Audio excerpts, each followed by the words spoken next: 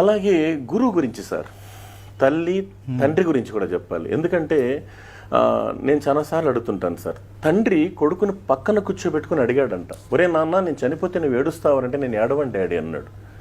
నీకు జన్మనిచ్చినాను రా అన్నాడు. అయితే ఏమి, నీకోసం ఎంతో త్యాగం చేశాను రా, చేసింటే నువ్వు మనిషి కాదు అనుకో, నువ్వు కసాయి అనుకో, నువ్వేమని అనుకో డాడీ, నువ్వు బండరాయి అనుకో. అప్పుడు అబ్బాయి చెప్పాడు, ఓ నాన్న మీరు చనిపోయిన తర్వాత నేను ఏడుస్తానో లేదో మీకు ఎలా తెలుస్తుంది డాడీ?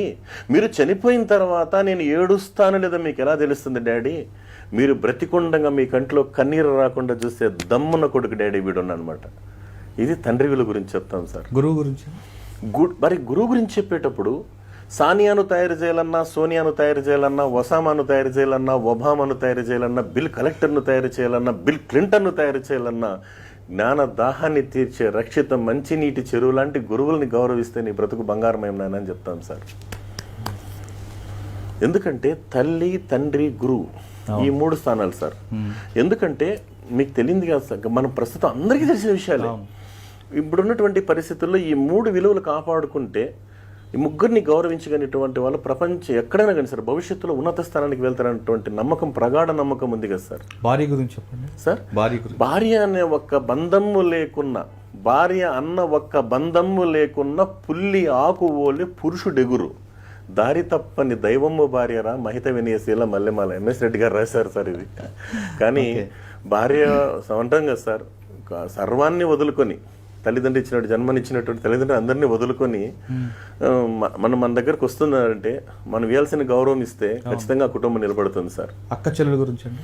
అక్క చెల్లెలు అంటే సార్, ఆడపిల్ల అనే విషయానికి వస్తే విషయం చెప్తున్నా సార్, ఆడపిల్ల అయిపోతా ఉంది. ఇప్పుడు ఈ ప్రస్తుత ఈ పోటీ ప్రపంచంలో ఈ ముందు డబ్బుకి ఇస్తున్నంత విలువ సార్ మానవ సంబంధాలకు ఇవ్వడం లేదు సార్.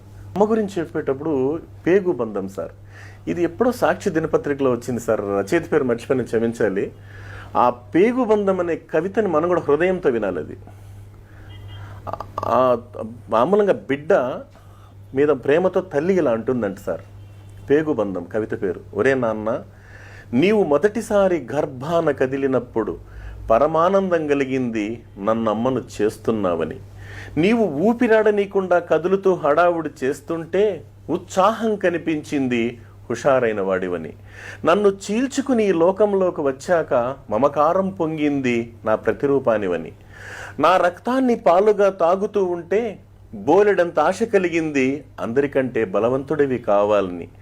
చిన్నప్పుడు తప్పటడుగులు వేస్తూ ఇల్లంతా తిరుగుతూ ఉంటే తట్టుకోలేనంత ఆనందం కలిగింది నీ కాళ్ళ మీద నువ్వు నిలబడగలవని. ఆ అడుగుల్లోనే కాస్త దూరమైతే ఆశీర్వదించాలనిపించింది నువ్వు గొప్పవాడివి కావాలని. జీవన ఒత్తిడిలో పడి నన్ను మరచిపోతే కొండంత ధైర్యం వచ్చింది నేను లేకపోయినా నువ్వు బ్రతకగలవని. ప్రాణం పోయేటప్పుడు కంటతడి పెట్టనందుకు తృప్తిగా ఉంది నీకు తట్టుకునే శక్తి ఉందని. ఇప్పుడే బాధగా ఉంది అందరూ నేను చనిపోయానని ఏడుస్తూ ఉంటే నన్ను కాల్చేటప్పుడు నీ చెయ్యి కాలుతుందేమని. అది సార్ తల్లి ప్రేమ అంటే.